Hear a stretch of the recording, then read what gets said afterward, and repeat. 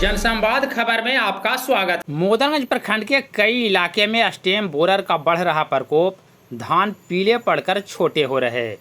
दरअसल तेज गर्मी एवं पानी की कमी के कारण इलाके में इन दिनों फसल में तरह तरह की बीमारियां भी पनप रही है और कई गांवों में धान के फसल पीले पड़कर छोटे हो रहे हैं। इस सिलसिले में गंधार कृषि विज्ञान केंद्र के वैज्ञानिक वाजिद हसन से धान के फसल को लेकर क्या कुछ जानकारी दी, आइए सुनते हैं। पौधा छोटा हो जा रहा है और वो किसानों को समझ में नहीं आ रहा है, क्या कारण है सर?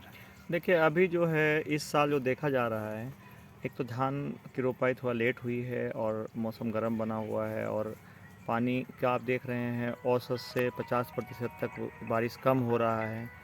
तो ये सब चीज़ों को देखते हुए धान का जो है उत्पादन करना इस साल बहुत ही किसानों के लिए दुखदायी और बहुत ही कष्टदायी हो रहा है। उसको कैसे करें, थोड़ा सा हम उसमें बताना चाहेंगे आपको।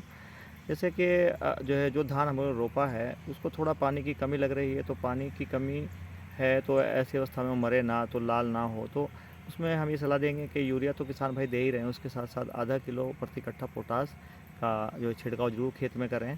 और उसके साथ साथ देखते रहें अभी तना छेदक और जो हरा फुदका जिसको BPH भी बोलते हैं, मधुआ कीट, उसका भी जो है जिला जहानाबाद में आना शुरू हो गया है।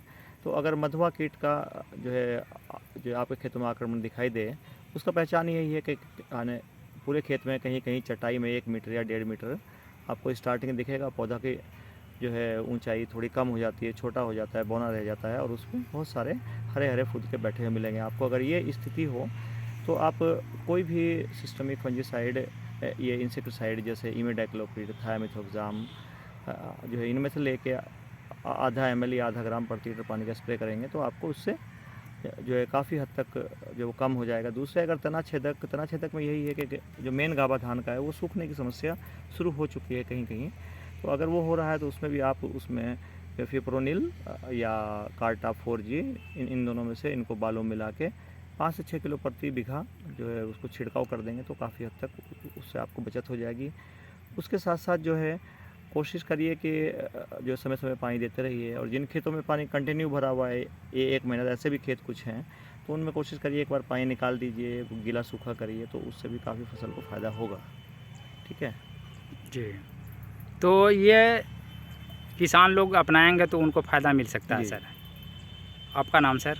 हाँ, मैं डॉक्टर वाजिद कृषि विज्ञान केंद्र गंधार जहानाबाद में हूँ। मैं यहाँ पे जो कीट एवं रोग विशेषज्ञ हूँ।